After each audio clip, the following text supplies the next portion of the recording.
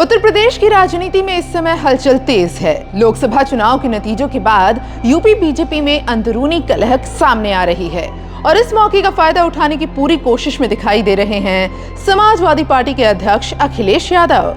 एक तरफ सीएम योगी आदित्यनाथ और डिप्टी सीएम केशव प्रसाद मौर्य के बीच फूट की खबरें आ रही हैं, तो दूसरी ओर अखिलेश बीजेपी की इस आपदा में अवसर तलाशते हुए दिखाई दे रहे हैं।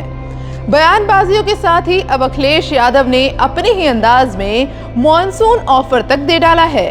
उन्होंने एक्स पर पोस्ट करके लिखा है कि 100 लाओ और सरकार बनाओ।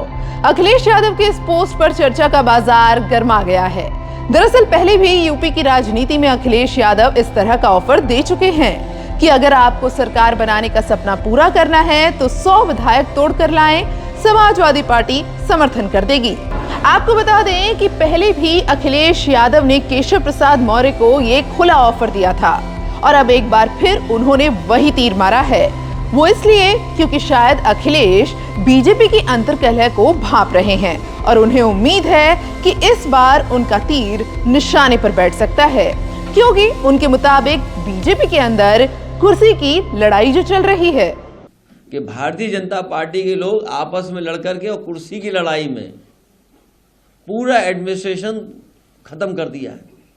जहां इन्हीं के विधायक, इन्हीं के लोग आरोप लगा रहे हैं कि भ्रष्टाचार चल रहा है।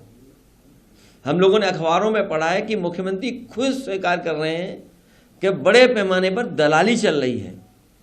जिस प्रदेश के मुख्यमंत्री खुद स्वीकार कर रहे हों कि दलाली हो रही हो और अखबारों में बड़ा बड़ा लिखा हो कि दलाली हो रही है, तो जनता जानती होगी कि कितनी दलाली हो रही है। दरअसल लोकसभा चुनाव 2024 के बाद से उत्तर प्रदेश बीजेपी में लगातार विवाद गहराया हुआ है।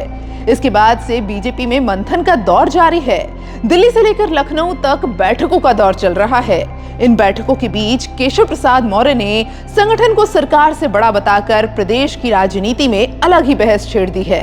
हालांकि बीजेपी की ओर से ये साफ कर दिया गया है कि सीएम के चेहरे पर कोई मंथन नहीं होगा, बस सभी को अपना ध्यान उपचुनाव पर लगाना है। लेकिन इस बीच विपक्षी दल बीजेपी के भीतर बड़ी हलचल के बीच अपनी रणनीति को जमीन पर उतारने की कोशिश में जुट गया है। जी भारत।